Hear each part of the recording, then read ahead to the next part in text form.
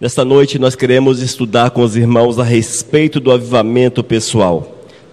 Nós já lemos o texto de 2 Crônicas, capítulo 7, versículo 14. Eu quero voltar a lê-lo para que nós possamos meditar um pouco a respeito do que é realmente o avivamento na vida da gente. Nos diz a palavra: se o meu povo que se chama pelo meu nome se humilhar e orar e me buscar, e se converter dos seus maus caminhos, então eu ouvirei dos céus, perdoarei os seus pecados e sararei a sua terra.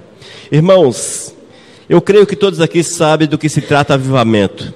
Avivar é mudar por completo a nossa visão a respeito das coisas do Senhor, a respeito de Deus. É possuirmos uma vida feliz, uma vida alegre, uma vida transbordante no Espírito Santo, é uma vida acesa, avivada, acesa com aquilo que é de Deus. Avivamento, irmãos, é uma necessidade na vida de cada um daqueles que amam o Senhor verdadeiramente. Se nós amamos a Cristo, precisamos ter uma vida avivada.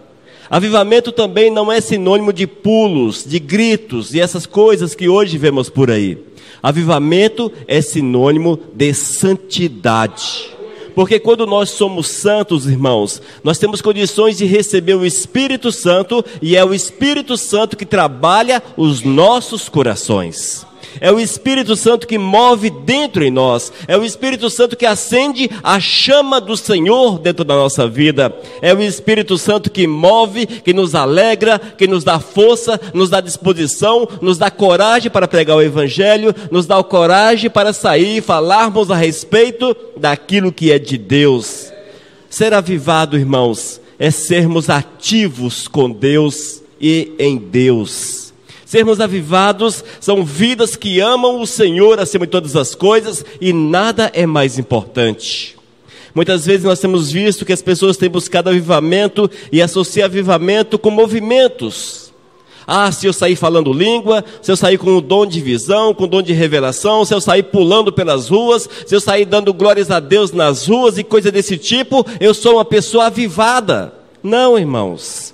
Se você não tiver o coração rendido ao Senhor, como habitação do Espírito Santo, impossível que haja avivamento. A santidade, amados, ela é imperativa na vida do servo de Deus. Todos nós que queremos ir para os céus, precisamos ser santos, vivermos a vontade do Senhor, e através dessa vida de santidade é que o Espírito Santo de Deus trabalha nossos corações, muda a nossa sorte, enche a nossa vida e faz-nos trilhar no caminho que Ele quer que nós sigamos, firmes e fortes na rocha. O texto que nós lemos diz: se o meu povo que chama pelo meu nome se humilhar, orar e me buscar, e se converter dos seus caminhos, então eu ouvirei dos céus, perdoarei seus pecados e sararei a sua terra. Para o avivamento é preciso que as pessoas se humilhem diante do Senhor, que estejam em oração, buscando o Todo-Poderoso, que haja conversão dos seus maus caminhos, aqueles que viviam no pecado, que não viva mais no pecado. E ainda, esses serão ouvidos pelo Mestre e os seus pecados serão perdoados. E Ele entrará com a cura que nós precisamos em nossa vida, em todas as áreas da nossa existência. Muitas vezes nós queremos inverter essa situação. Nós queremos que o Senhor primeiro opere em nossos corações para depois eu fazer alguma coisa. É onde vemos que as pessoas querem ver primeiro a libertação, depois Jesus. Mas eu quero falar para você o seguinte: o Senhor diz: vinde a mim todos os cansados e sobrecarregados, e eu vos aliviarei. Este é o nosso estado, irmãos. Eu preciso chegar-me ao Senhor da forma que eu estou. Talvez você olhe para si e diga: mas eu sou pecador. Eu peco dessa situação, peco naquela outra. Eu faço isso dessa forma, daquele outro jeito. Venha para o Senhor assim. É desse jeito que Deus quer que você venha. O Senhor não veio para buscar os certinhos, os que estão vivendo totalmente corretos, não. O Senhor veio buscar os doentes, os enfermos, curá-los, sará-los e colocá-los no caminho estreito. Essa foi a missão de Jesus. E esta é a nossa visão a respeito do reino dos céus. É estarmos buscando a presença do Senhor. Irmãos, nós precisamos entender que o avivamento é necessário na nossa existência. Se você quer ter paz com o Senhor, se você quer ser uma pessoa feliz diante de Deus, a felicidade real, é possível? Sim, mas é preciso primeiro ser cheio do Espírito Santo de Deus, que haja esse mover do Senhor na nossa vida, que exista esse agir do Senhor dentro do nosso coração. Assim teremos uma vida feliz diante de Deus, uma vida reta, uma vida de prazer, de alegria naquilo que é do Senhor, naquilo que é de Deus. Se não for dessa forma, irmãos, nós não vamos conseguir alcançar o trono do Senhor e receber aquilo que Ele tem para as nossas almas. Mas vamos lá. O que é preciso fazer para alcançarmos Deus e sermos avivados? O que é preciso fazer? O primeiro aspecto, irmãos, nos diz a palavra, é possuirmos convicção de pecado. Convicção de pecado. Todos nós nascemos em pecado, todos que estão sobre a face da terra e aqueles que já passaram, excetuando Jesus, todos nasceram em pecado, viveram em pecado e necessitam que sejam purificados no sangue de Jesus. Todos nós, amados, não há sobre a face da terra uma pessoa boa o suficiente para que não tenha pecado. Não existe, irmãos. O apóstolo Paulo diz que ele era pecador. Olha só, o apóstolo Paulo, uma referência na Bíblia, ele mesmo diz sobre si que ele era pecador e necessitado da misericórdia de nosso Senhor e Salvador Jesus. Portanto, é preciso que tenhamos a convicção do nosso estado original, estado de pecado, estado de pecador, para que nós não venhamos a nos enganar por Satanás e o espírito de engano que anda solto por aí, que coloca dentro da nossa mente que nós somos bons demais, porque nós fazemos isso, fazemos aquilo, vamos à igreja, etc, e já estamos quites com Deus. Não, irmãos, não é assim. Nós precisamos entender que o estado de pecado, ele é comum a todos que estão sobre a face da terra. 1 João capítulo 2, versículos 15 até o 17. Ouçamos o que nos diz a palavra. Não amem o mundo, nem as coisas que há nele. Se vocês amam o mundo, não amam a Deus, o Pai. Nada que é deste mundo vem do Pai. Os maus desejos da natureza humana, a vontade de ter o que agrada aos olhos e o orgulho pelas coisas da vida, tudo isso não vem do Pai, mas do mundo. E o mundo passa com tudo aquilo que as pessoas cobiçam. Porém, aquele que faz a vontade de Deus, este vive para sempre. Amém? Nós somos levados a entender que nós não podemos amar este mundo. O nosso coração não pode estar no mundo, irmãos. O nosso coração precisa estar no Senhor, no Senhor. Quando nós passamos a amar este mundo, o que é amar o mundo, irmãos? É quando nós colocamos tudo que existe nesta terra em primeiro lugar.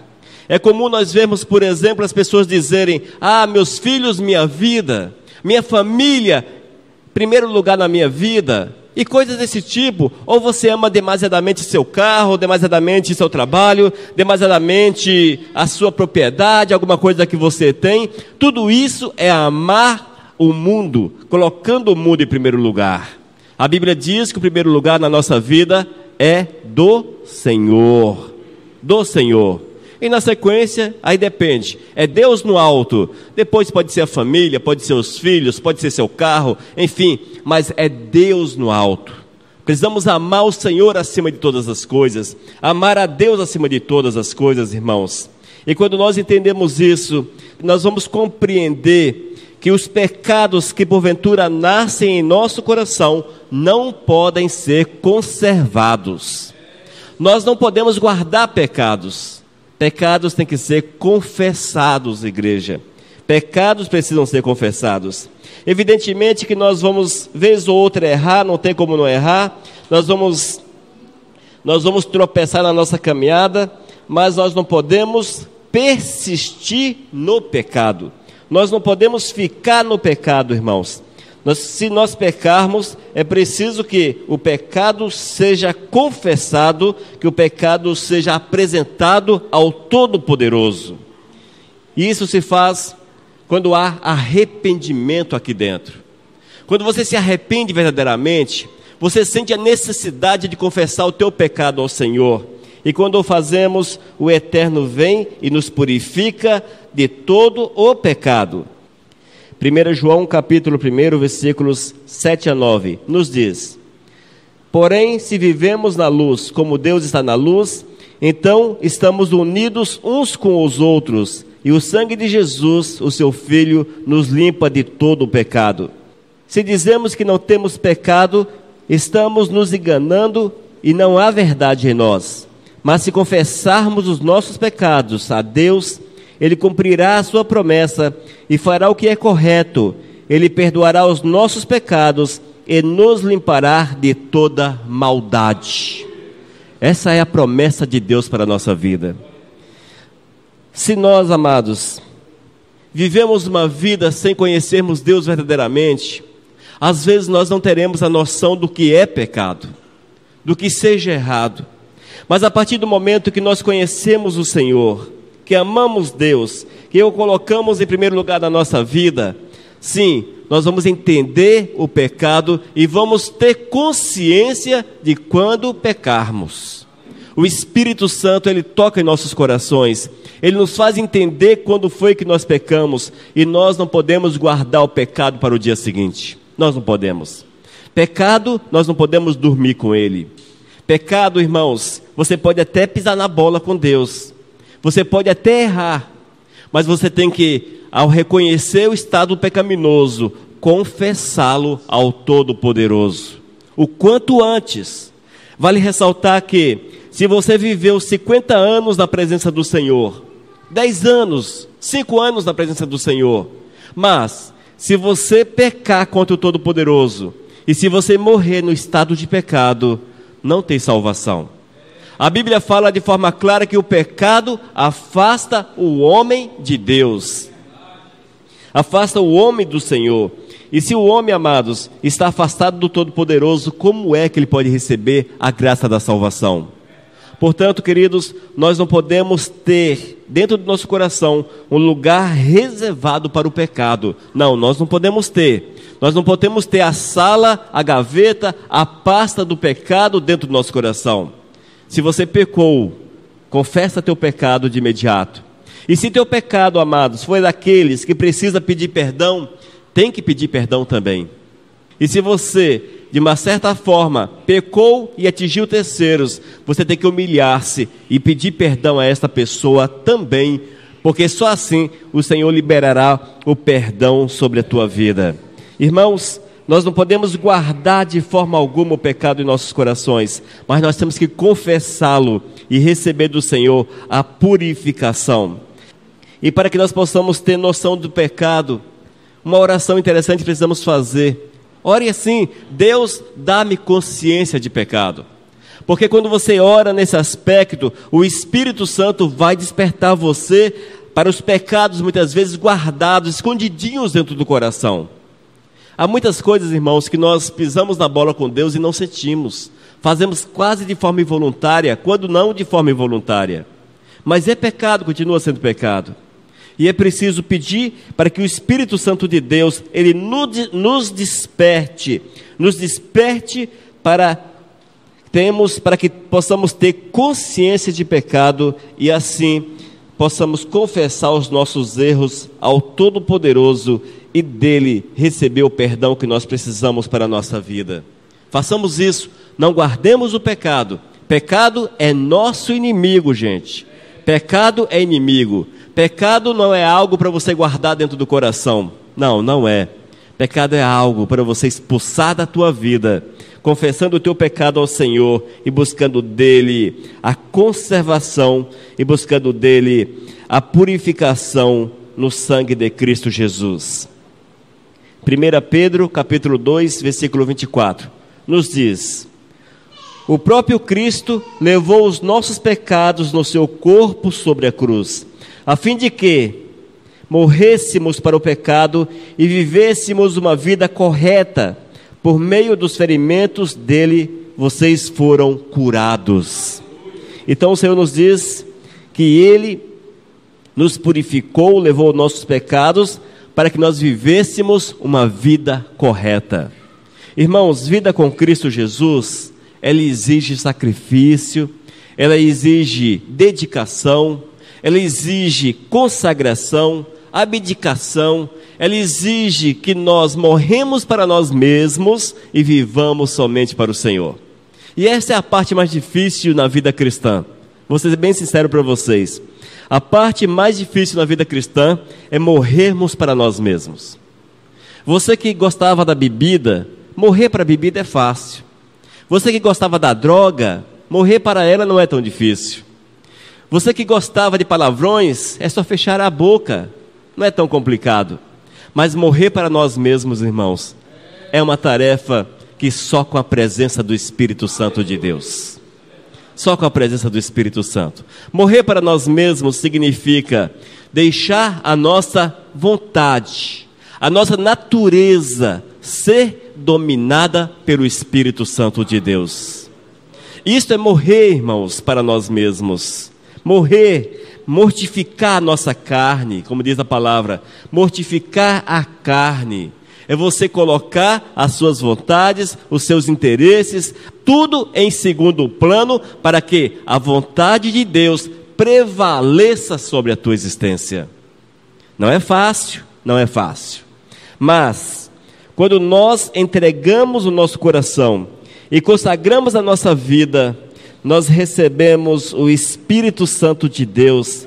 E o Espírito Santo de Deus, ele nos dá condições, amados, nos dá condições de resistirmos ao pecado, de resistirmos a Satanás, de resistirmos todas as investidas das trevas e vencermos todas as opressões. Opressão é quando o maligno ele te joga no canto de parede e ele te aperta, ele faz você sentir desejo profundo por alguma coisa. Ou quando ele entra na tua vida com enfermidade, ele entra na tua vida com desânimo, enfim, uma série de situações provocam opressões na nossa vida. Precisamos estar fortificados no Senhor, para que as opressões do maligno, e estas vêm contra os servos de Deus, não venham nos vencer na nossa caminhada. Mas, irmãos, quando nós reconhecemos que somos pecadores, reconhecemos a necessidade de confessarmos os nossos pecados ao Senhor, porque o único que purifica é o Senhor Jesus, nós vamos sentir também o desejo de nos entregar definitivamente para o Mestre e consagrarmos a nossa vida totalmente para o Senhor. Romanos capítulo 12, versículos 1 e 2, nos diz: portanto, meus irmãos, por causa da grande misericórdia divina, peço que vocês se ofereçam completamente a Deus como um sacrifício vivo, dedicado ao seu serviço e agradável a Ele. Esta é a verdadeira adoração que vocês devem oferecer a Deus. Não vivam como vivem as pessoas deste mundo, mas deixem que Deus os transforme por meio de uma completa mudança da mente de vocês. Assim vocês conhecerão a vontade de Deus, isto é, aquilo que é bom, perfeito e agradável a Ele. Amém, igreja? O texto de Paulo à igreja de Roma esclarece de uma forma perfeita o que é vivermos em consagração, como deve ser a nossa entrega ao Todo-Poderoso. É quando você, querido, entende que nada é mais importante do que o Senhor, que nada é mais precioso do que Deus. É quando você entende que nada é melhor do que estar na presença do Todo-Poderoso. E quando você entende isso, irmãos, você entrega de forma incondicional ao Senhor a tua vida. Entrega incondicional é uma entrega total ao Todo-Poderoso. É uma entrega total. Nós só podemos, amados, experimentar a Deus quando nós entregamos a nossa vida por completo. Por completo. Portanto, meus irmãos, por causa da grande misericórdia divina, peço que vocês se ofereçam completamente a Deus como um sacrifício vivo. Nos dias do Antigo Testamento, amados, a situação era um pouco diferente da nossa. Não era tão fácil quanto é hoje. Vou ser bem sincero para vocês. Hoje você se arrependeu do teu pecado, você olha para o Senhor e diga: Senhor, me perdoe, me purifique, lave meu coração. E o Senhor vem, te purifica, lava teu coração e muda a tua sorte. No Antigo Testamento, as pessoas que pecavam, elas reconheciam o seu estado pecaminoso, às vezes não, mas elas faziam uma oferta pelo pecado. É por isso que aqui diz como oferta, totalmente queimada ao Senhor. Elas ofereciam a Deus um animal em sacrifício. Levavam aquele animal até o tabernáculo e ali aquele animal era sacrificado e queimado diante do Senhor no altar. Era dessa forma que os pecados eram perdoados no Antigo Testamento. E é por isso que o Senhor diz que vocês se ofereçam completamente a Deus como um sacrifício vivo. O sacrifício era oferecido a Deus e queimado diante do Senhor. E subia aquele aroma suave de carne queimada e o Senhor se agradava daquilo. Era um aroma agradável às narinas do Senhor. E Deus quer, irmãos, que em nosso corpo também haja esse aroma agradável, esse aroma que suba de forma agradável diante dele. Mas isso só é possível quando há essa entrega total, completa. Nós não estamos aqui, queridos, para vivermos a brincar de sermos crentes. Estamos aqui para vivermos uma vida realmente aos pés do Senhor. E só é possível vivermos uma vida aos pés de Cristo quando nós nos doamos totalmente a Ele. É por isso que nós temos falado com tanta constância a respeito da santidade, da necessidade da busca, da leitura da palavra, da oração, da submissão, da consagração, da dedicação, porque só desta forma, irmãos, nós vamos conseguir acessar o Senhor e seremos usados pelo Todo-Poderoso. Ainda em 1 Coríntios capítulo 6, versículos 19 e 20. Por que 1 Coríntios e não 1 Coríntios? Porque trata-se de cartas. Primeira carta de Paulo aos Coríntios. Portanto, falamos 1 Coríntios. 1 Coríntios capítulo 6, versículos 19 e 20. Ouça o que diz o apóstolo Paulo. Será que vocês não sabem que o corpo de vocês é o templo do Espírito Santo que vive em vocês e lhes foi dado por Deus? Portanto, não pertence a vocês mesmos, mas a Deus, pois Ele os comprou e pagou o preço. Portanto, use o seu corpo para a glória dEle. Amém? Oh, bênção! Irmãos, o nosso corpo, nossa mente, é templo do Espírito Santo. A Bíblia diz que o Espírito Santo habita nos servos fiéis. Se você é servo do Senhor, se tua mente está lavada, purificada, o Espírito de Deus habita dentro da tua mente. E quando o Espírito Santo de Deus habita em nós, irmãos, nós vamos viver somente para honrar e para glorificar o nome santo de Deus. O nosso prazer será em satisfazer a vontade de Deus, em agradar o Senhor, em andar nos seus caminhos, em louvá-lo, em glorificá-lo. E para que nós possamos ter uma vida completa, uma vida real diante do Senhor, somente, amados, com esta entrega, com esta dedicação. Porque assim o Espírito Santo passa a viver dentro de nós. E Ele nos dará força, nos dará condições para andarmos felizes sobre a face da terra, experimentando aquilo que Deus tem para as nossas almas. O Senhor Jesus disse que nessa terra teríamos aflições, teríamos dificuldades, problemas, muitas vezes a enfermidade adentra ao corpo, enfim. A Bíblia diz que nós passaríamos aqui por problemas, por aflições, é fato. Mas quando nós estamos com o nosso coração, com a nossa vida totalmente aberta para o Todo-Poderoso, nós teremos alegria em meio às dificuldades, porque a nossa alegria virá do Senhor, não dependerá da nossa própria existência, mas é o Espírito Santo de Deus que nos faz feliz e que nos faz alegre. Quando você olha para o apóstolo Paulo e os demais apóstolos, nós não vemos que aqueles homens eram tristes. Não há na Bíblia nenhuma referência à tristeza, mas vemos que eram pessoas que viviam a verdade do Senhor, que tinha prazer em estar na presença do Todo-Poderoso. E quando, amados, nós nos deixamos dirigir pelo Senhor, dirigir pelo Espírito Santo de Deus, Ele entrará no nosso coração, mudará a nossa vida. Aí sim, o avivamento pessoal acontece na nossa existência. A partir desse momento, a partir desses passos, é que nós vamos experimentar o poder do Senhor, experimentar a graça de Deus, nós vamos ver o mover do Espírito Santo de Deus na nossa vida. Alguns falarão em línguas, outros terão visões, outros falarão em profecias, outros estarão no louvores, outros estarão ministrando o Evangelho. Assim, irmãos, é o mover do Espírito Santo na vida avivada. E a vida avivada é aquela que observa esses passos. Nós temos visto muito hoje em nossos dias, pessoas que são avivadas dentro da igreja. Dentro da igreja é fogo puro, muito fogo mesmo, aquela coisa toda. Mas quando sai na rua, quando sai do templo, lá fora, parece que é o capeta encarnado. É uma coisa interessante isso. Dentro da igreja fala línguas, tem profecias, revelação, canta, prega, que faz a igreja chorar, a igreja pula. Mas quando o cara sai na rua, a pessoa olha para ele aí, aquele ali, velhaco, não paga ninguém, adúltero, é mentiroso, é falso. Não é assim? Mas que avivamento é esse? Que Espírito Santo é esse? Olha, irmãos, a Bíblia diz que nos últimos tempos as pessoas receberiam um espírito chamado espírito de engano.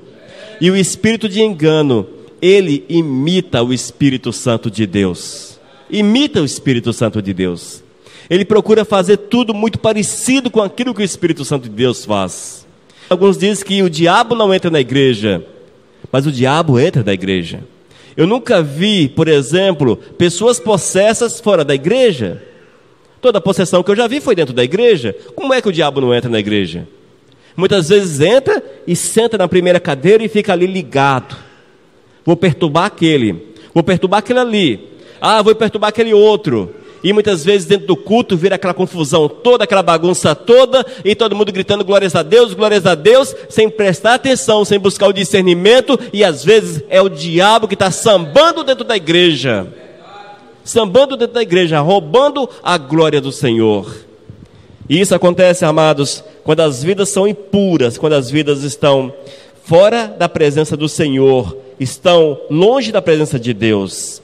Portanto, queridos, se vocês querem viver Deus, experimentar o poder do Senhor, serem batizados no Espírito Santo e receberem os dons que a Bíblia diz que tem para aqueles que são fiéis, é preciso ser fiel. Tem que ser santo, tem que ser puro. Porque se não for puro, se não for santo, está sendo usado pelo diabo literalmente. É preciso cuidado. O texto bíblico diz, se possível, enganaria os próprios eleitos. Ou seja, é muito parecido, muito próximo, muito próximo. Tem que ter o espírito de discernimento no coração para ver a diferença.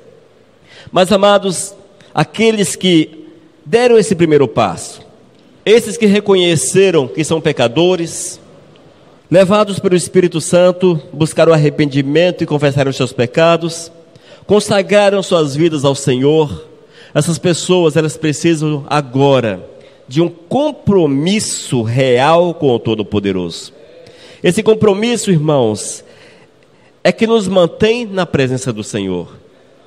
É esse compromisso com Deus que nos mantém firme e firmados na rocha. E a rocha é Cristo Jesus. Para que eu continue firme na presença do Senhor, fazendo a vontade dEle, eu tenho que observar alguns passos, e isso de forma diária, a cada dia. O primeiro passo, claro, é resistir o diabo. E resistir o diabo é não pecar. A Bíblia diz, resistir o diabo e ele fugirá de vós. Amém?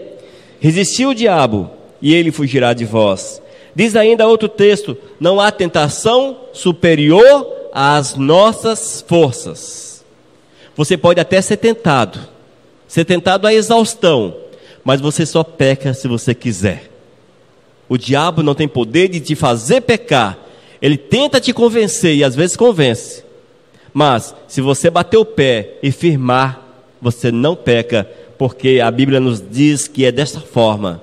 Não há tentação superior à nossa força.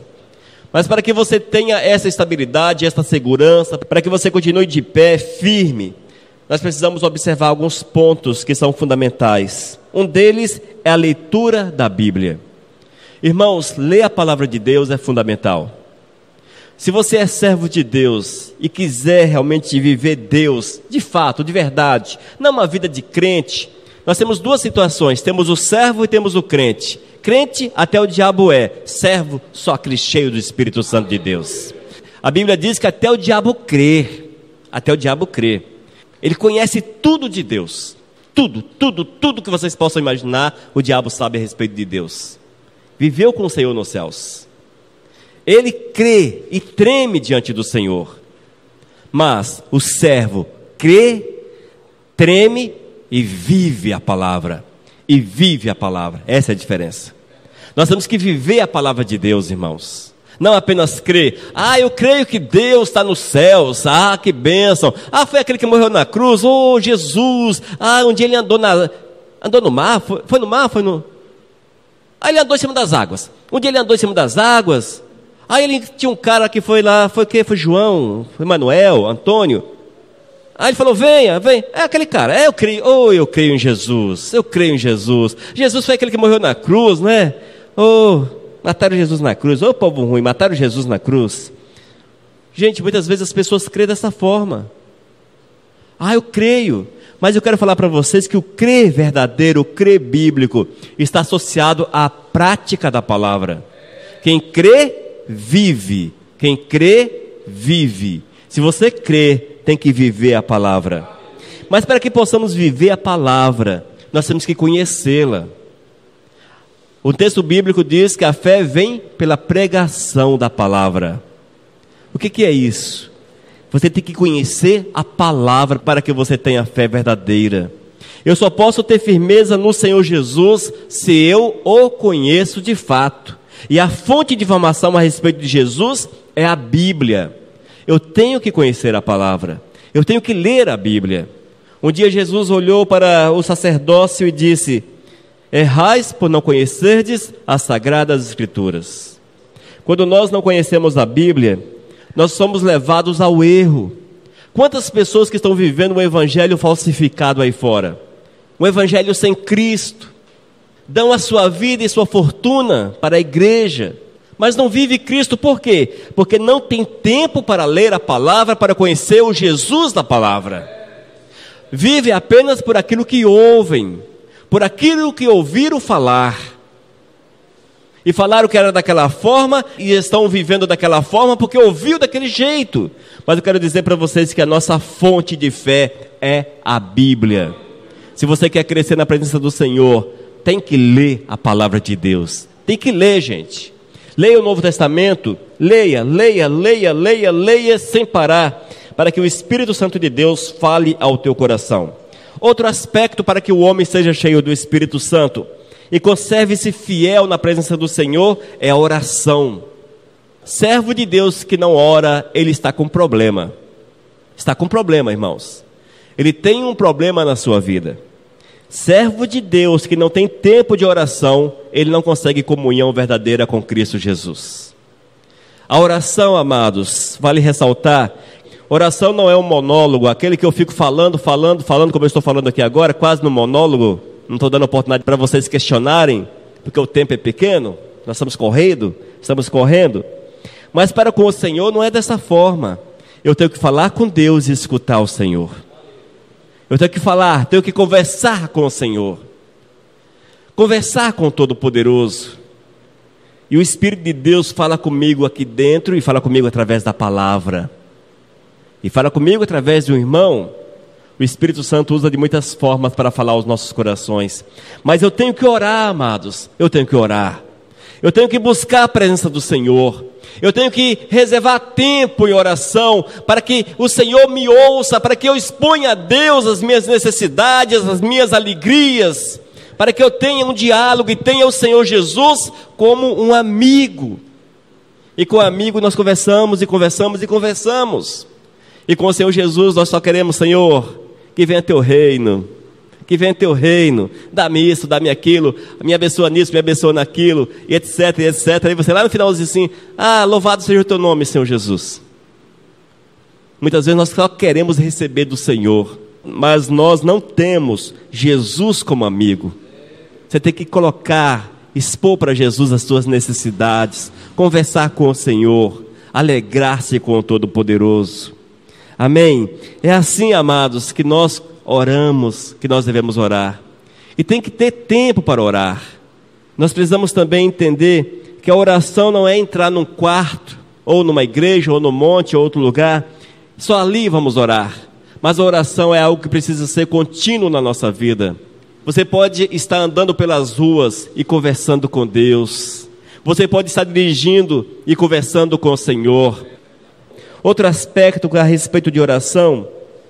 Oração, irmãos, não são vãs repetições. A Bíblia diz que o Senhor não aceita as vãs repetições. Deixe-me dar um exemplo aqui para vocês. Eu chego para Edinaldo todo dia e falo: Edinaldo, você é gente boa, Edinaldo, gosto de você. Dá uns tapas nas costas de Edinaldo. Aí passa mais um minutinho, eu olho para Edinaldo: ô Edinaldo, você é gente boa. Tenho prazer em você, Edinaldo, você é meu amigo. 5 minutos depois: ô Edinaldo, você é meu amigo, Edinaldo. 5 minutos e 1 segundo: ô Edinaldo, você é meu amigo, Edinaldo. 5 minutos e 2 segundos: Edinaldo, você é meu amigo, Edinaldo. 5 minutos e 4 segundos: ô Edinaldo. Aí você, meia hora falando isso. Olha, Edinaldo vai me dar um tapa, vai virar, vai fugir, vai me deixar, vai qualquer coisa. Ô cara chato esse tal de Elias. Ele ficou hoje meia hora falando que eu sou amigo dele. Não é? Nem a gente suporta. Tem gente que fica uma semana, um mês, um ano, 10 anos, uma vida toda, repetindo a mesma frase para Jesus. Repetindo a mesma frase para Jesus. Amados, isso não é oração. Isso chama-se vãs repetições. Você quer que você tenha diálogo com Ele, que você converse com Ele, entende? O exemplo do Edinaldo só foi para vocês compreenderem como é chato essa história da vã repetição. E não é isso que Deus quer. Deus quer que você se achegue a Ele, que você converse com Ele e que você exponha a sua necessidade. Outro aspecto para que você possa conservar-se firme na presença do Senhor é o jejum. Procure jejuar, irmãos. Procure fazer sacrifício de jejum, para que assim a tua carne seja quebrada. Quando você jejua, você está quebrando a sua carne. Olha, não existe nada melhor para quebrar a carne do que o jejum. Quando você coloca um jejum de manhã, vou quebrar às 15 horas, por exemplo. 7 horas da manhã você colocou o seu sacrifício, vou quebrá-lo às 15 horas. Quando dá umas 11 para meio-dia, aí você dá vontade de comer, tijolo com ketchup, dá vontade de comer arroz puro, e aquilo fica saboroso, dá vontade de comer feijão cru. Amados, é uma coisa assim sobrenatural. Muitas vezes você fica de 7 até as 3 horas da tarde sem comer, e nem fome você sente. Mas o dia que você coloca o jejum, rapaz, sem contar o dia que a tua esposa resolve fazer uma coisa melhor em casa, não é? Ou que você é convidado para almoçar com alguém. Eu não poderia perder essa boca livre hoje, logo hoje que estou em jejum. É assim, irmãos, o jejum ele quebra a nossa carne. Só que o jejum é aliança com Deus, é sacrifício. E quando nós colocamos, nós estamos quebrando o nosso eu, falando para a nossa carne, a nossa vontade, a nossa natureza, que o Senhor Jesus é mais importante na nossa vida. Esse é o objetivo do jejum. Mas é bom que os irmãos sacrifiquem com jejuns. É bom. Mas eu quero falar para vocês ainda. Voto tem que ser cumprido. Se você estipulou o voto, tem que cumprir. Tem que cumprir. Amém? Se você votou o jejum pela manhã, faça isso diante do Senhor com prazer e com alegria. Irmãos, se você colocar um jejum, não permita nem que sua esposa saiba, porque é só para você e Deus, não é para a tua vanglória, não é para nada. Não fale para ninguém que você está em jejum. Se você chegar num ponto que não tem como você honrar o Senhor e é preciso quebrar o jejum, quebre o jejum, fala: Deus, olha, tu sabe a situação, não dá para manter o jejum até o horário combinado, estou te entregando nesse momento. Faça isso. O Senhor entende as nossas necessidades também. É melhor dessa forma, irmãos, do que nós pecarmos contra o Senhor. Amém, igreja? Então, avivamento é isso, irmãos. Avivamento é vivermos em santidade, com o coração cheio do Espírito Santo, segundo aquilo que Deus quer. Se nós vivermos assim, nós vamos vencer a batalha diária, veremos a glória do Senhor e seremos mais que vencedores em Cristo Jesus e teremos o Espírito Santo de Deus em nosso coração. Amém? Pai eterno, mais uma vez nós te louvamos pela tua palavra, te louvamos, ó Deus, por cada irmão aqui presente, que tu alcance estas vidas com tua graça e com tua misericórdia. Santo Deus, que esta palavra fique gravada nos corações, para que cada um, Senhor, possa entender a necessidade de buscar a tua presença e viver os teus propósitos, para que o teu avivamento seja uma verdade nos corações. Meu Deus, faça segundo o teu querer e que a palavra fique gravada nos corações, para que teu nome seja honrado e glorificado. É que nós clamamos em nome de Jesus. Amém, Santo Deus. Aleluias. Missão Cristã Vivos. Desde 2001, edificando vidas para Cristo. Leia nossos estudos e ouça mensagens com o pastor Elias de Oliveira. Acesse vivos.com.br. Missão Vivos, edificando vidas para Cristo. Mensagem número 527.